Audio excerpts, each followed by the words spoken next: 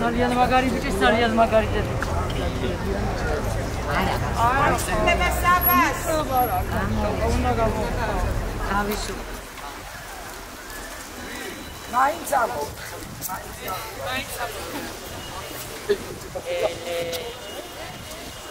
ой, ძალიან კამფეტი, თუნდ ბავშვებო. მომპასის კამფეტია და გვირიგები.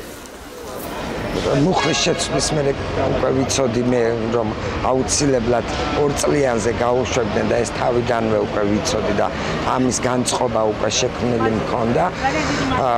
ესენი ხომ სპეციალურად ცდილობენ რომ ადამიანები გააღიზიანონ და შეეძლოთ რომ რაღაცნაირად თითო ნაბიჯით უკან დაეხიათ და ეს განრისხებული დედები ცოტათი დაეწყნარებიათ, მაგრამ ეთყობა მათაც აწყობთ ეს არეულობა, მაგათთვისაც ეს ბრძოლა ალბათ რაღაცა ინტერესშია. ბრძოლას კიდევ უფრო მხნედ, კიდევ უფრო ძლიერად გავაგრძელებთ აუცილებლად.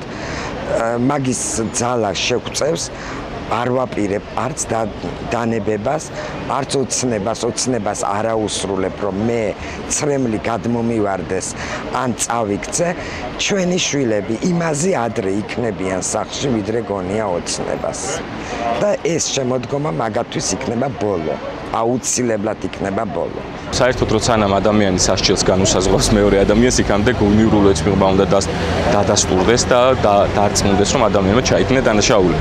რა ქონდა ბრალდებას, ხო, ბრალდებას ქონდა, სრულ ყავდათ სრულ-მოწმეები, რომელიც ურთიერთსაწინააღმდეგო ჩვენებას აძლევდა, არ ყავდათ ნეიტრალური მოწმე, არ ჰქონდათ ნეიტრალური მტკიცებულება, წარმოდგენილი იყო 26 წამიანი ვიდეო ჩანაწერი, სადაც არ ჩანდა დეტალურად არც ერთი გარემოება, მათ არ ჩაატარეს ჰაბიტოსკოპიური ექსპერტიზა, არ დაადგინეს ნამდვილად საბა იყო თუ არა ვიდეო ჩანაწერზე ასახული და ეს ვიდეო ჩანაწერი გაურკვეველი ადამიანისგან, რაც ტატო მაისურაძის Facebook პოსტიდან გადმოწერეს, შეგიძლიათ შებძანდეთ და ნახოთ, რომ ეს საერთოდ სოციალური ქსელი გაუქმებულია და რაღაცა მსგავსი ფალსიფიცირებული და ასე ვთქვათ არაუთხოვარი მტკიცებულებების საფუძველზე იქნა საბას ხვიტარიძე სასჯელში მიცემული. შესაბამისად ჩვენ არ გვჯერა რომ ეს გადაწყვეტილება არის ობიექტური და ეს გადაწყვეტილება ეფუძნება მტკიცებულებების ერთობლიობას.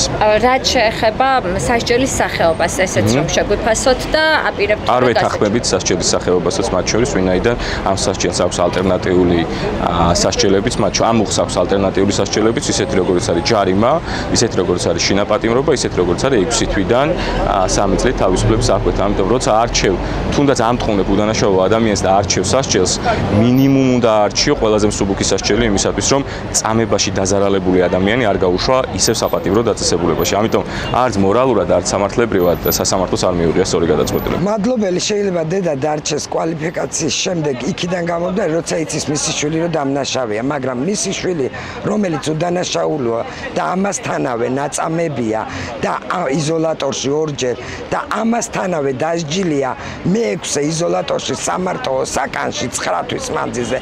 ნამდვილად ვერ ვიქნები ვერანაირად კმაყოფილი და ვერც მადლობას ვერ ვეთქვი, პირიქით გავლანძღავ, იმიტომ რომ ჩემს შვილს 2 წელი მიუსაჯეს უკანონოდ.